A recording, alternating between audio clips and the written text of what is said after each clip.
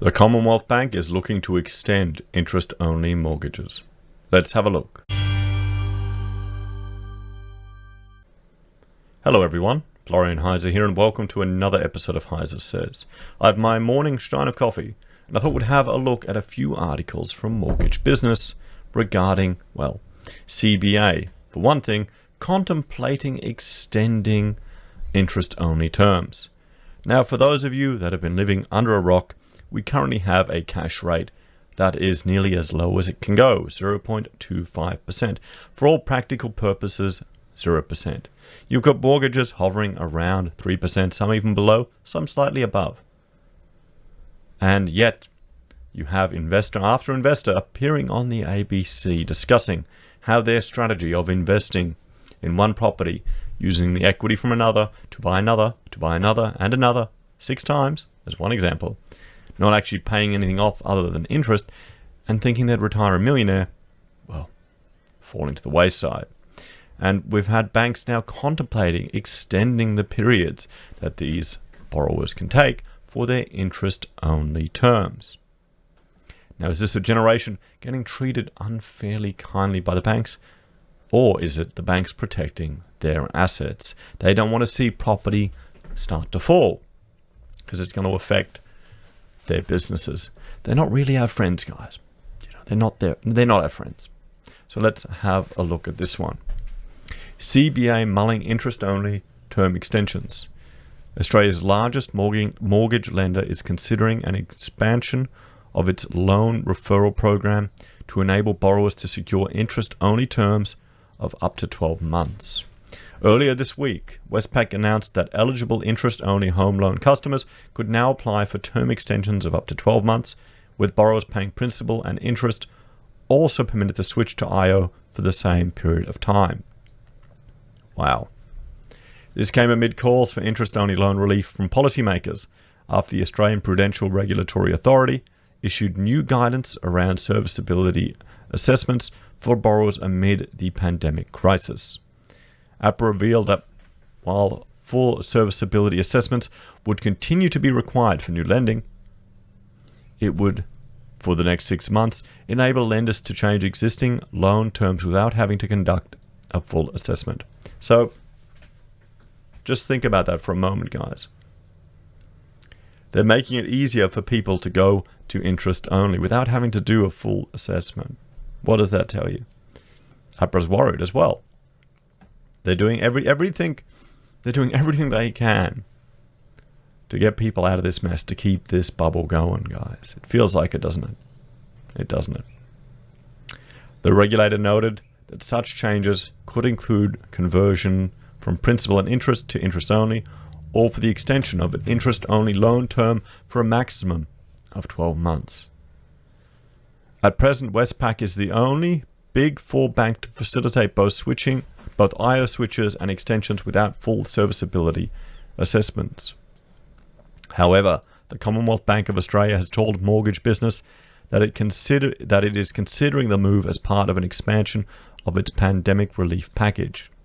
We are currently looking at all options, including allowing customers to either extend their interest-only term or switch from principal and interest repayments to interest-only, a spokesperson revealed.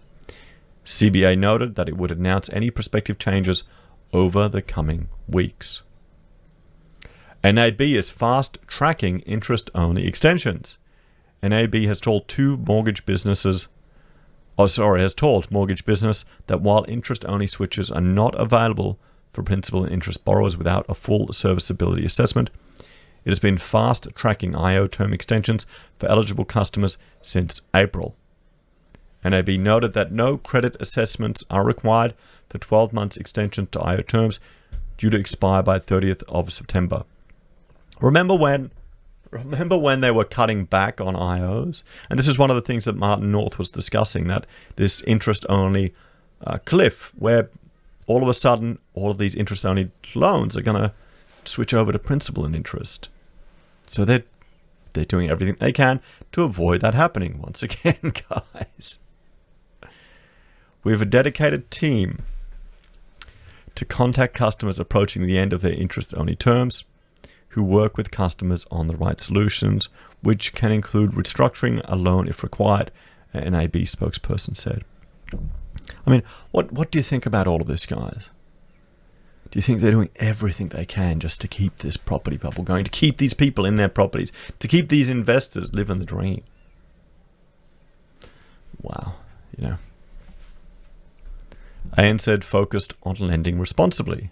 So ANZ, the good guys, although I'm not a fan of their CEO. Unlike its peers, ANZ has not indicated that it has revised or intends to revise its existing interest-only policy. When asked if ANZ would consider adopting similar policy to Westpac, a spokesperson told Mortgage Business, ANZ is committed to lending responsibly while also supporting customers during the pandemic. Customers experiencing any difficulty as a result of the pandemic can request a repayment deferral on their home loan for up to 6 months, including investors paying interest only. We've already had more than 105,000 home loans seek this assistance. What does that tell us, guys? What does that tell us? So, there you go. But there's another article I thought we should have a look at from Mortgage Business. And this is where applicants are turning to specialist lenders amid the pandemic. Because remember, the banks aren't your friends, guys. The banks aren't your friends. They will and have just pulled away all their banking services from businesses they deem too high risk. Or even, depending on the bank, some businesses that don't agree with your politics. A Sydney-based brokerage has seen a 50% rise in inquiries from home loan applicants that have been previously rejected by lenders because of changes in circumstances due to the pandemic. Home loan applicants who work in industries particularly affected by the pandemic are not being assessed based on their individual circumstances, according to a specialist lender.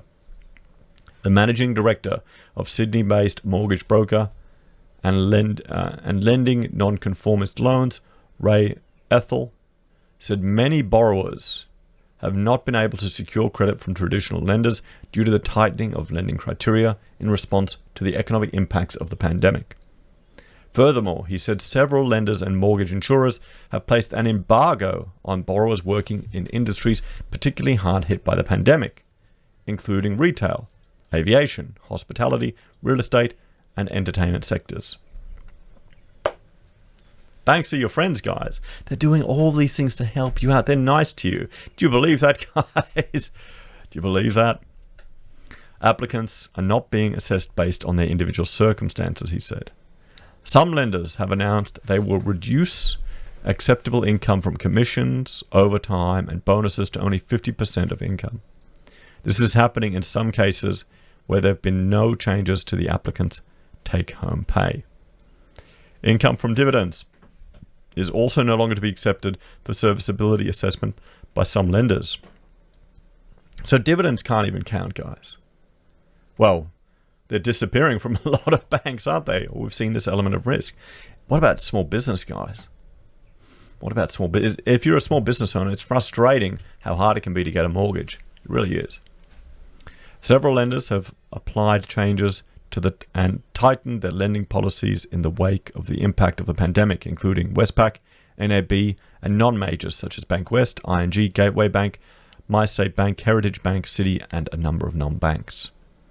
He also noted that casual and contractor applicants are not able to use their income for servicing with some lenders unless it is secondary income while a salaried employee. Wow. Look at that, guys. Look at that. They don't want to take any risk, guys. They're worried. They are worried. This tells me that they're worried. While rental income has been decreased to only 60% of rent paid, the self-employed have had maximum loan-to-value ratios reduced to below 80% and a reduction of 30% of income for servicing from other lenders. 30% income.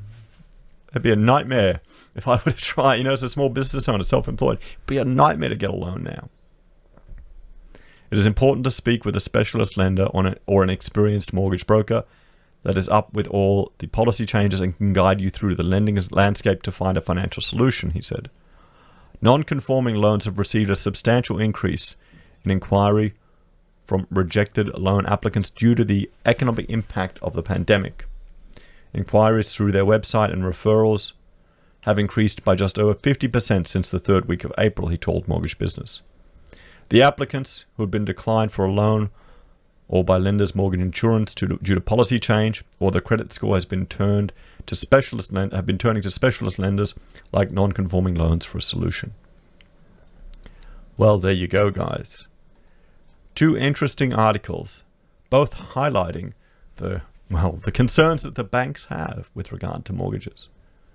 What do you think? What is this telling us, guys? Is this filling you full of confidence? As always, thank you for watching. Please like, share, and subscribe to the channel. If you're a fan and you'd like to support us, there are a few ways you can. You can join the channel here on YouTube. You can support us via our affiliate links at Amazon or eBay or Independent Reserve. You can use Gold Pass from the Perth Mint, buy a merch from Heiser Says, or support us via PayPal. Take care, guys. I'll see you in the next video.